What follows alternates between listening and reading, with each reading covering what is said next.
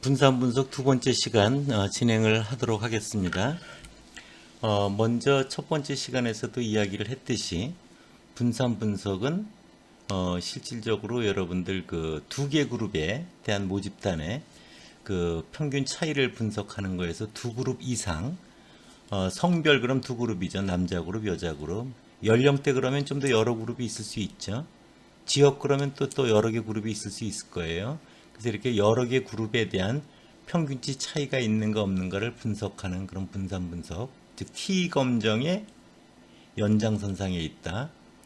또 원인이 되는 설명 변수 X가 있고 결과가 되는 반응 변수 Y가 있을 때 Y는 수치형 변수로는 같습니다. 회귀 분석하고.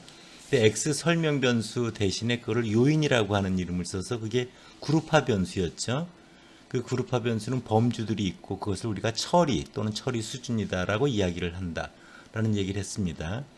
그래서 두 그룹에 대한 평균치 차이 검정인 T 검정은 분산 분석의 가장 간단한 경우이고 그것을 분산 분석을 통해서 해결해도 결과는 완전히 일치하게 나온다라는 말씀을 여러분들한테 드렸습니다.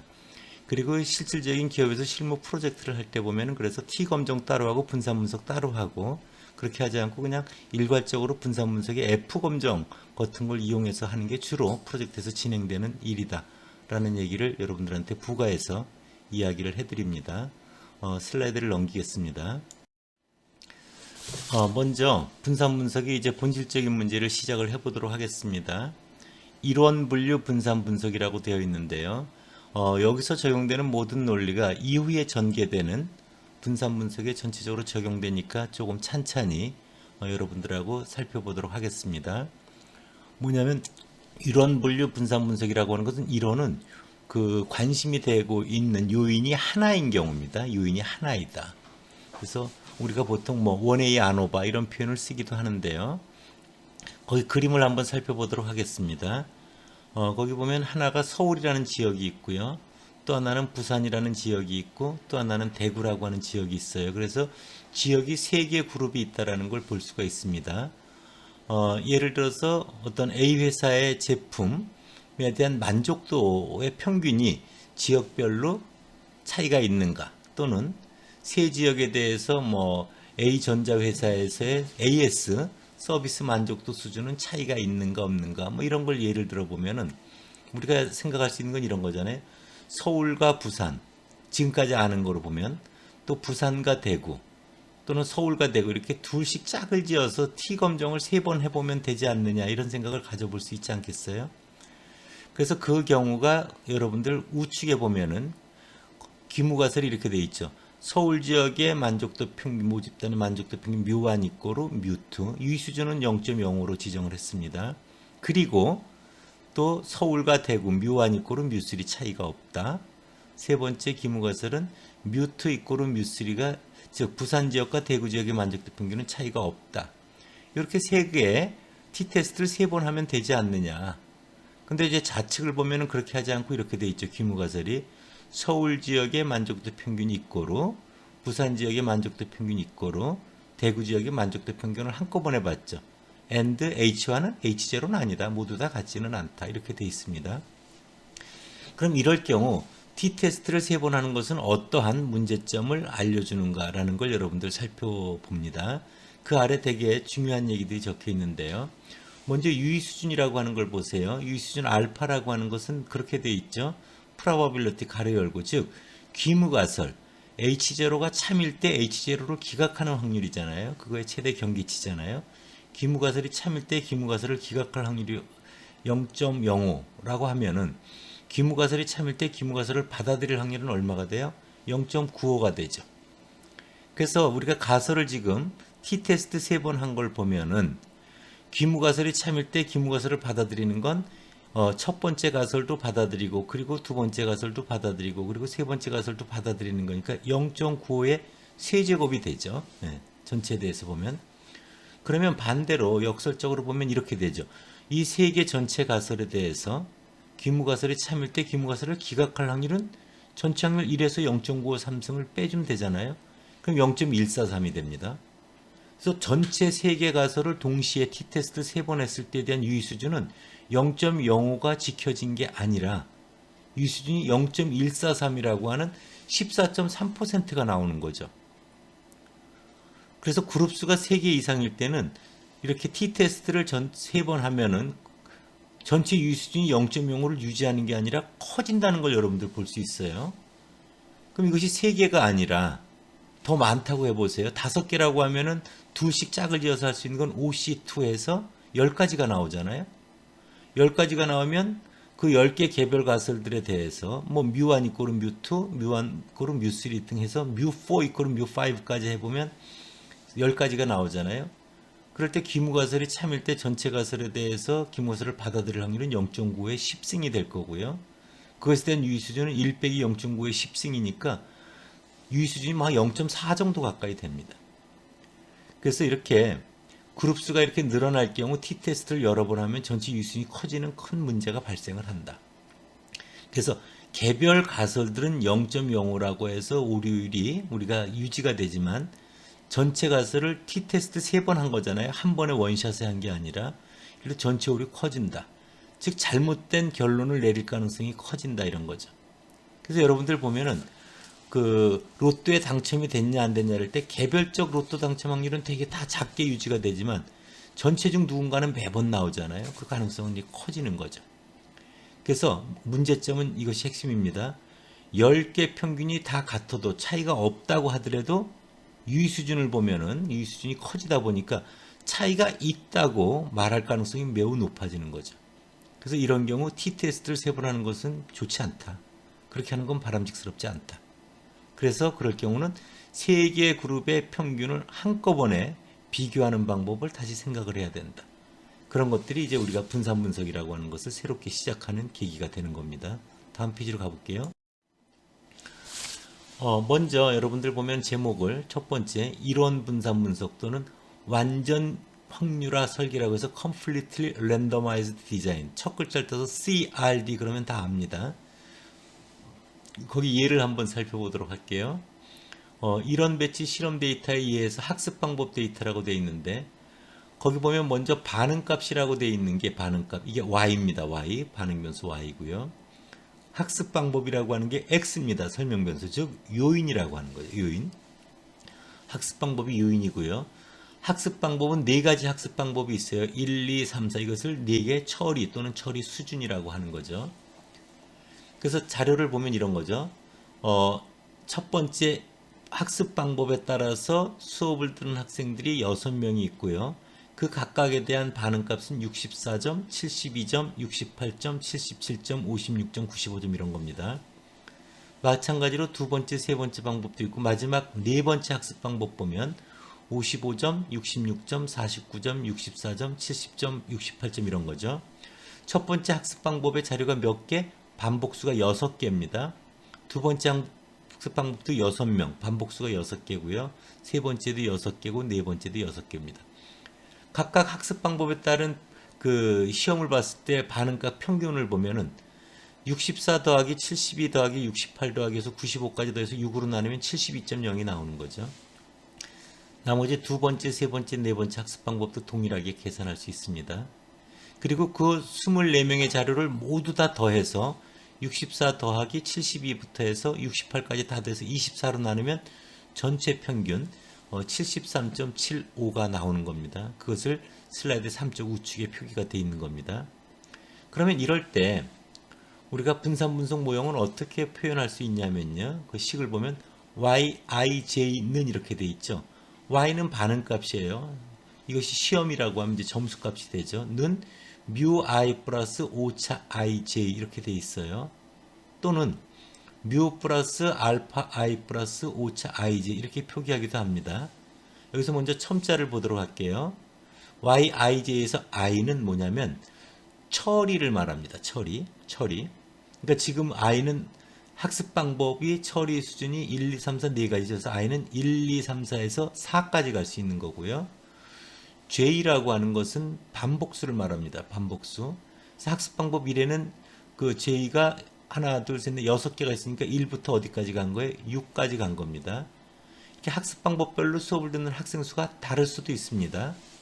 다른 경우는 이제 반복수가 다르다 이런 거고요. 반복수가 같은 경우를 균형 자료라고 하고 반복수가 다른 경우는 불균형 자료다 이런 표현을 쓰기도 합니다. 그래서 그 모형식에서 i 이퀄 1에서 a가 이 경우는 4인 경우고 j 이퀄 1부터 n까지 해서 n이 얼마? 6인 경우다 이렇게 생각하면 됩니다. 그래서 실질적으로 보면 이런 거죠. yij라고 하는 성적이라고 하는 자료는 μi라고 하는 즉 i번째 학습을 통해서 받아서 얻게 된 점수 플러스 똑같이 수업을 듣더라도 시험을 더 잘 보는 학생이 있고 못 보는 학생이 있죠. 그런 건 학습 방법과 무관한 겁니다. 그 개인의 능력일 수도 있고요. IQ의 차이일 수도 있고요. 또 측정의 오차일 수도 있고 이런 것들이 오창이라고 하는 걸 표현해서 자기 점수가 만들어진 거죠. 그것을 μi를 μ 플러스 알파 i라고 표현을 해놓은 거예요. μi는 μ 플러스 알파 i입니다. 여기서 뭐냐면 μ는 이 24명 전체 학습을 받으면 얻게 되는 평균적인 수준이 있고요. 플러스 알파 i라고 하는 것은 그 해당 학습 방법의 순수한 효과를 말하는 거죠. 알파 1 그러면 첫 번째 학습 방법을 받아서 생긴 효과. 알파 2 그러면 두 번째 학습 방법을 통해서 받은 효과 이런 거죠.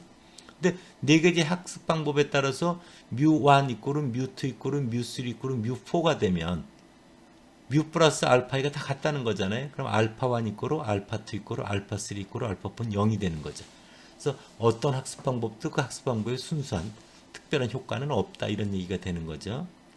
그래서 거기 보면 μ는 전체 평균, 학습을 받아서 생긴 평균이고 알파이는 i번째 학습 방법을 받아서 생긴 효과다 이런 걸 우리는 처리 효과다 이런 표현을 하고요.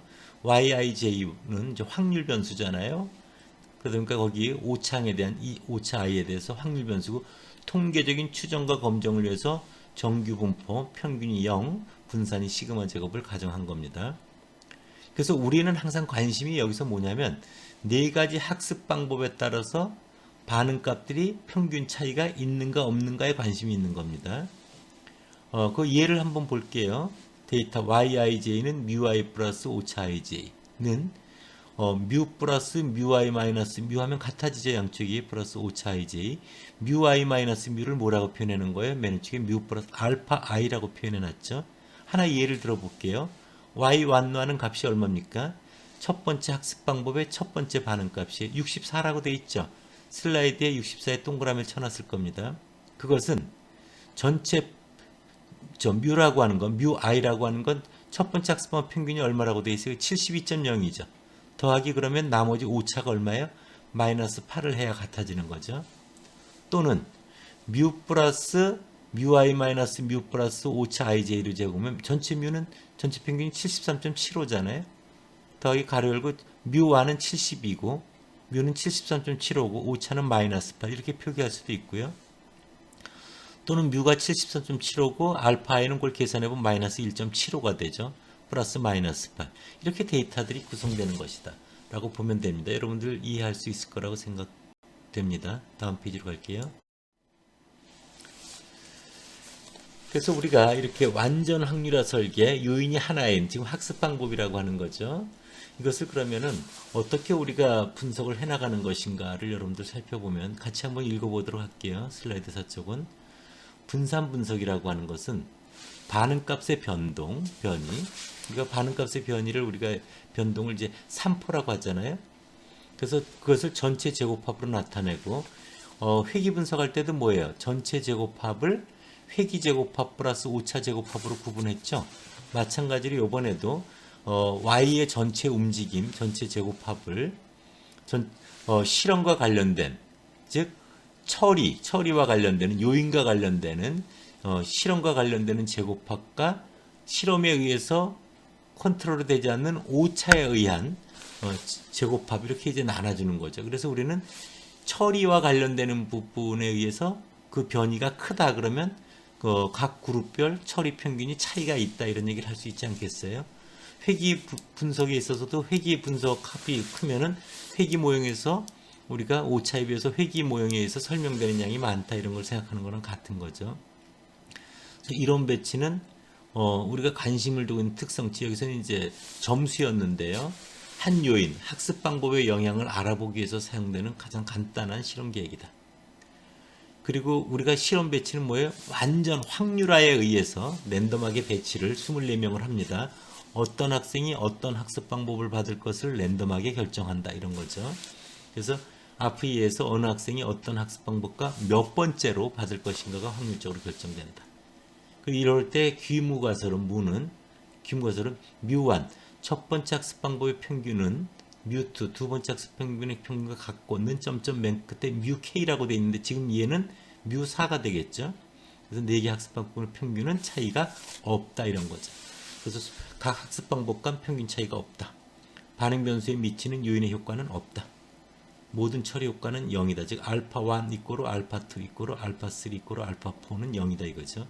그래서 24명 전체 평균과 각 학습 방법별 집단 평균은 차이가 없다 이런 겁니다. 대립가설은 not H0 적어도 어딘가에는 차이가 있다 이런 거죠.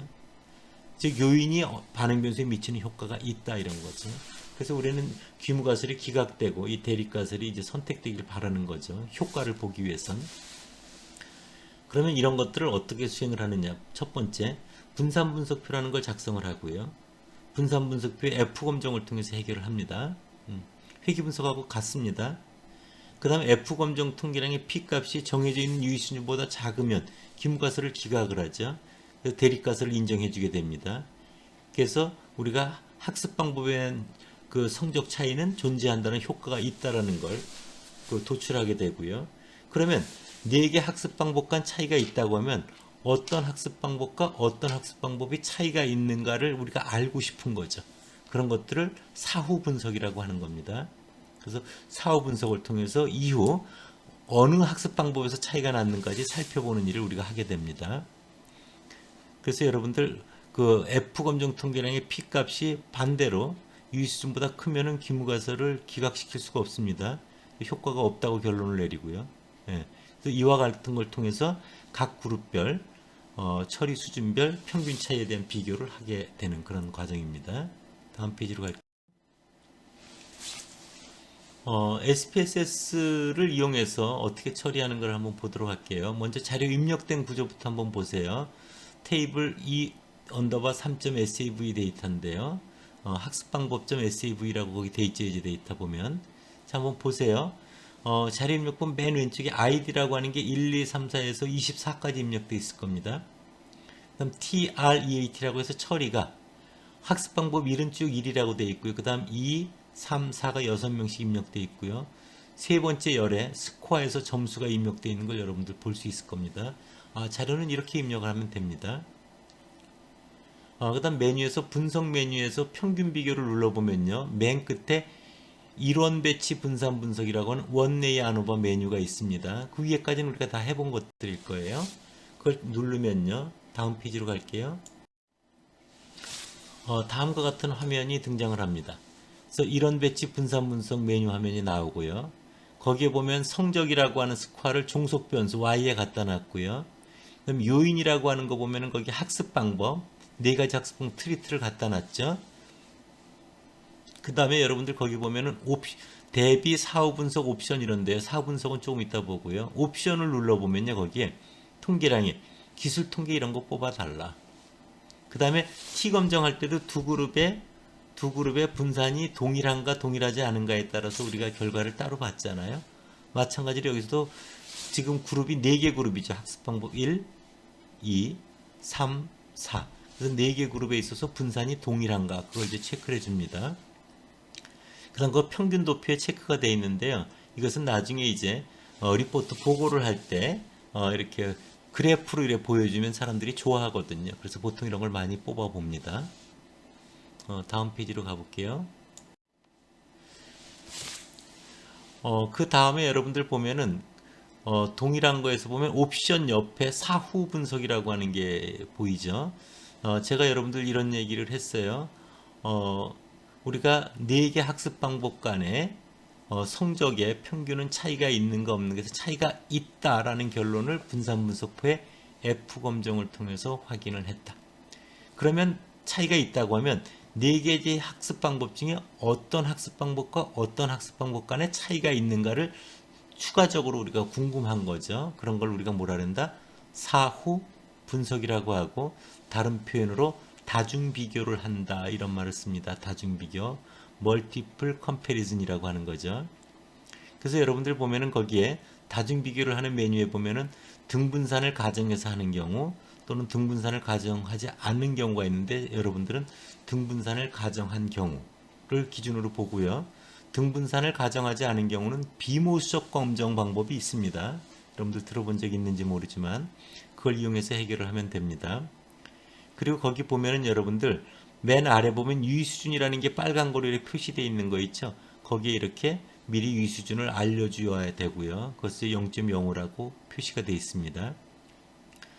사후 분석의 방법들이 여러 가지가 있는데 거기 체크해 놓은 걸 한번 볼게요. LSD 방법, 최소 유의차 검정이라는 거고요. 그 다음에 봄페로니 방법이라는 게 거기 보이고요. 거기 체크 안 됐지만 쉐페라는 게 보이죠. SCHEFF 이것도 많이 쓰는 방법입니다. 그 다음 가운데 줄에 보면 튜키 방법이라는 것도 거기 보이죠, 여러분들. 그 다음에 또 체크되어 있는 것 중에 던칸이라고 하는 방법도 보이죠.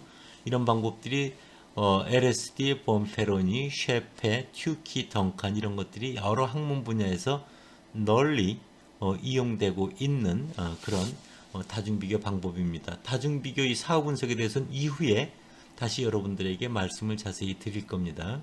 이렇게 사후 분석에서 이렇게 체크를 해서 SPSS에서 다중비교, 즉 사후 분석을 할 수 있다는 걸 여러분들에게 미리 알려드리는 겁니다. 다음 페이지로 갈게요. 결과가 나왔습니다. 한번 보도록 할게요. 분산 분석표를 보면은 거기 성적, 맨 위 기술 통계를 볼게요. 1, 2, 3, 4가 있고요. N이범 6666 반복수가 6개씩 같고요. 전체 24개고요. 평균 72.00, 85.00, 76.00, 62.00, 73.75. 앞서 슬라이드에서 손으로 계산한 거하고 똑같죠. 그 기술 통계량을 여러분들 살펴볼 수 있고요. 그 다음에 가운데 결과를 보면 여러분들 분산의 동일성 검정이라는 게 여러분들 보이죠? 여기서 레벤의 통계량을 통해서 여러분들 했는데요. 여기서의 기무가설은 뭐예요? 첫 번째 학습 방법에 대한 분산과 두 번째 학습 방법에 대한 분산과 세 번째 학습 방법에 대한 분산과 네 번째 학습 방법에 대한 분산은 동일하다 이런 거죠. 대립가설은 동일하지 않다. 그래서 P값을 보면 0.782로 기무가설을 기각할 수 없어서 분산의 동일성 감정이 인정된 걸 볼 수 있습니다. 만약에 이것이 H0가 기각이 되게 되면은 여러분들 정규분포에 근거한 이렇게 모수적 검정이 아니라 비모수적 검정을 이용해서 해결을 해야 되고요. 이것에 대한 비모수적 검정은 크루스칼 왈리스 검정이라고 하는 것이 있습니다. 물론 SPSS에서도 해결이 됩니다. 그래서 분산의 동일성 감정은 인정이 됐다. 그러면 그 다음에 이제 결과를 볼게요. 거기 분산 분석을 보면은 성적이 보면 집단 간이 있고 집단 내가 있고 합계가 있죠. 여러분들 집단 간이라는 게 처리를 말합니다. 요인에 해당되는 처리. 집단 내가 오차를 말합니다. 오차. 그래서 처리 제곱합이 1636.5고요. 오차 제곱합이 2018점이고요. 3654.5가 전체 제곱합입니다. 집단 간범 자유도가 3인 걸 보면 처리 수준이 학습 방법 4개니까 4 빼기 1 해서 3이 된 겁니다. 합계 전체는 6명씩 4개, 24명께 n 빼기 1, 24 빼기 1에서 23이 된 거고요. 오차 제곱합이라고 하는 것은 이제 투결도에서 23이 되니까 20이 되는데 정확하게는 이런 거죠. 여러분들 처리가 몇이죠? 4였습니다. 4. 곱하기 각계 반복수가 6이었죠. 6 빼기 1 하면 4, 5, 20이 되는 겁니다. 그래서 제곱합에서 자유도 3을 나누면 545.5라고 하는 평균 제곱이 나오고요. 2018.000을 20으로 나누면 100.900이라는 MSE 시그마 헷 제곱이 나오죠. 545.500 나누기 100.9를 하면 5.406이라는 F검정 통계량이 나오고요. P값을 보면 0.007이라고 하는 통계적으로 유효한 결과를 볼 수 있죠. 그래서 결과 해석을 보면요. 분산 분석표에서 F값은 5.406, 약분해서 5.41이고 대응되는 P값이 0.007이다. 그래서 유의 수준을 0.0으로 할 경우 P값이 유의 수준보다 작으므로 기무가설 첫 번째 학습 방법의 평균 이꼬로 두 번째 학습 방법에 대한 평균 이꼬로 뮤사를 기각할 수 있어서 네 가지 학습 방법에 따른 모평균이 차이가 있다고 말할 수 있다. 이런 결론을 내린 거죠. 여러분들 항상 이런 걸 볼 때 그 아래 적어놓은 걸 보면요. 우리가 이렇게 값을 구했는데 꼭 이렇게 검증을 할 필요가 있냐 그러면 이것은 전체 자료 중에 일부 표본에 뽑은 거에 불과하기 때문에 일반적인 추론을 위해서는 반드시 검증을 해야 되는 겁니다. 그리고 항상 기술 통계를 뽑았을 때는 표준 편차를 잘 보는 게 중요합니다. 여러분들. 왜냐하면 Y라고 하는 게 변이가 있도록 측정되어야 되지 모두 0점이나 맞고 또는 모두 100점을 맞으면 그런 걸 보고서 차이가 없다라고 하면 안 되는 겁니다. 이건 측정이 잘못된 거예요. 아무런 분석의 의미가 없는 겁니다. 그래서 항상 표준 편차, 이 변이가 있어야 된다는 걸 여러분들 특히 잘 중요하게 생각하길 바랍니다. 네, 이 교시를 마치겠습니다.